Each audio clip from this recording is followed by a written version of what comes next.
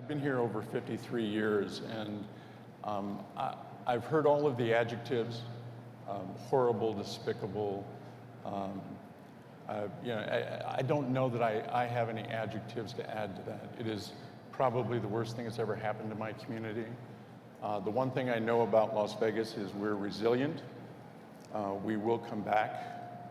We've had other tragedies in our community before, and we've changed laws, we've changed statutes, we've changed the way we interact, we change how our operations work in order to make sure that our customers feel safe and can come to Las Vegas and enjoy themselves. And I have no doubt we'll do that as a result of this, but it is a horrible, horrible event for my community, for my hometown.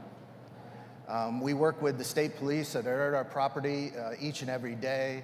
We have a great relationship with the city of Pittsburgh, but we also interact with the people in Harrisburg, the FBI and other organizations that we come together. We're active shooter programs. We have discussions of best practices. We're always looking for the opportunities to take it to one more level. So that planning is so important to all of us, especially at these times.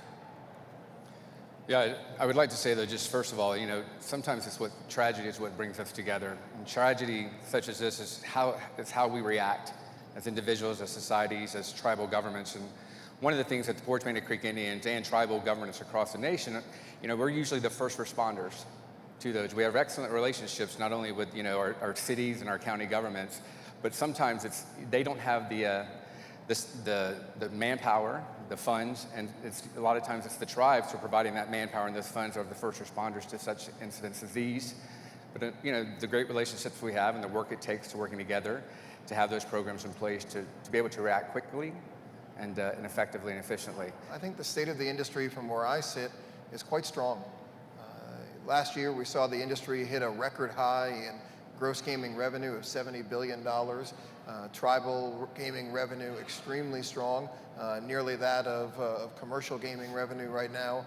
Tremendous growth on that front, combined $70 billion. A $240 billion industry in terms of total economic activity, supporting 1.7 million jobs, providing nearly $40 billion in taxes for vital public services. Some of those public services we saw this week. I think the state of the industry is quite strong.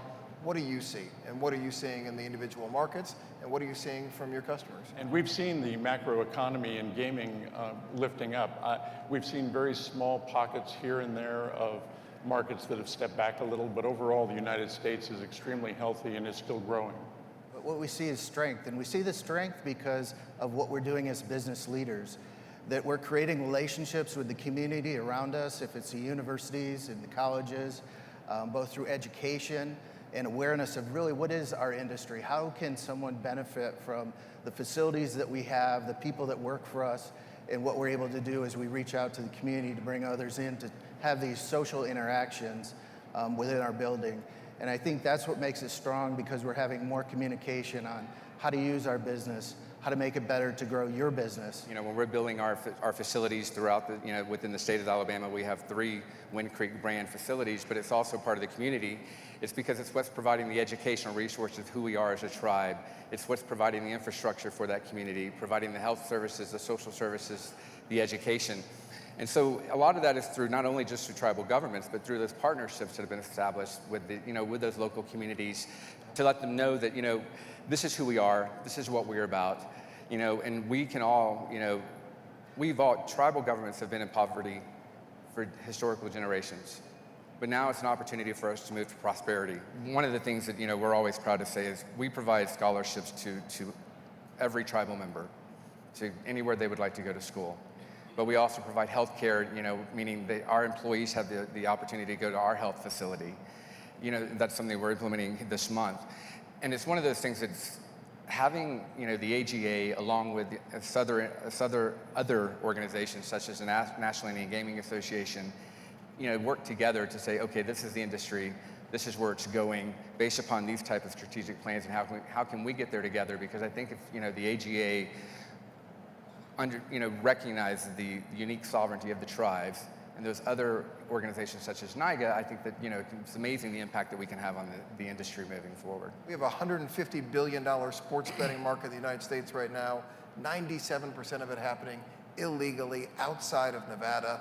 The Supreme Court, Congress are soon, we think, going to address this issue in a way that's very favorable for those in this room, for the entire industry.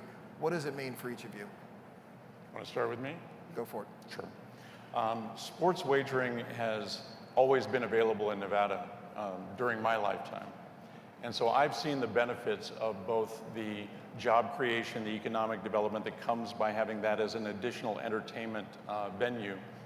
But to have sports wagering throughout the United States really gives us the same opportunity that lotteries were able to avail themselves up years ago by taking the numbers racket, the illegal lottery operations from underground and bringing it above ground and making it into state revenues. If we bring sports wagering into the regulated casino gaming environment, whether it be physical or online or both, those revenues from underground gaming will start surfacing, and you'll see local jurisdictions getting the benefit of the taxes and the jobs that will be created through that. When you talk about City of Champions, the sports enthusiasts, boy, they come down and party pretty hard before the games. They really enjoy being at our facility.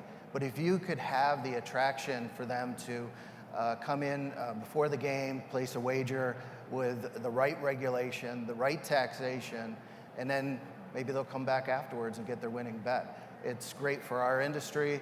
It's great for the location that we have in Pittsburgh because, you know, the Steelers are going to be in it again this year, and we're going to cheer them on, and hopefully we bring home another championship. One of the things that we pride ourselves, especially within the state of Alabama, is just the unique environment of the Southern hospitality that a lot of our staff provide to everybody who walks into the door.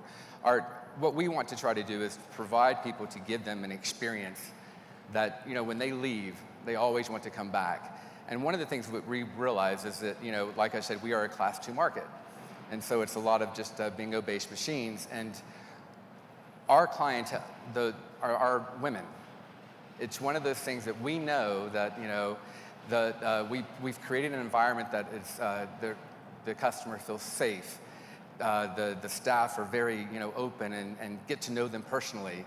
And it's one of those things that, you know, they always want, okay, they may go to Biloxi, they may go other places, but they're going to stop at Wind Creek because they want that experience, they want that opportunity, they want to come back. And then their husbands may say, okay, let's go on to, you know, Biloxi or to another facility where I can do some Class 3 gaming. We realized that if we were going to extend the gaming to more generations, not that core customer that's 50% of our market today, but this younger customer, it's a social customer, the online customer. We need to create both an online database and a bricks and mortar database and bring them together. And when we talked to the customers, when we did the research, we realized the message can't be the same. If you're talking to a 55-year-old, a 60-year-old, the message needs to be this. The activity needs to be this. If you're going to talk to a younger generation who wants to celebrate and be social and create this atmosphere of fun, and it's got to be instantaneous, how do you create that environment? Well, it's a totally different message. We have to transform as a business, or we won't have that next generation of gambler. And that's what we've been spending a little over the last year doing as the market became a little more saturated. And it's really starting to pay some dividends because it's getting the right message to the right person at the right time. And the one thing that has been talked about a lot recently is millennials, and whether or not the millennial generation will go to the casino floor. And what we like to point out to our customers is the millennials are already in your casino operations. They're just not necessarily on the casino floor. They're in your restaurants, they're in your nightclubs, they're in your day clubs. They are, you know, eating, drinking, having fun, but they're not necessarily where you have your highest profit margin. And so they look to us as vendors, the operators, look to us as vendors to say, how do we attract them to that location? And we've done a variety of things, both as an industry, but also as a company specifically, to assist casino operators in getting that younger demographic interested and involved and actually loyal to the casino operation of their choice. We've done that on the payment side through the evolution of a wallet and making the ability to bring funds from outside the four walls of a casino into the casino as frictionless as possible through mobile applications that can be done at a kiosk as opposed to a cage, that can be done on a mobile phone. On the machine side of the business, a lot of actually companies have been founded and have started to grow based on skill, because the belief is that because millennials grew up in a video environment, that they expect the video environment to be similar when it comes to a gaming proposition. And so there are games now available that are semi-skill or faux skill or completely skill that are being offered in the casino.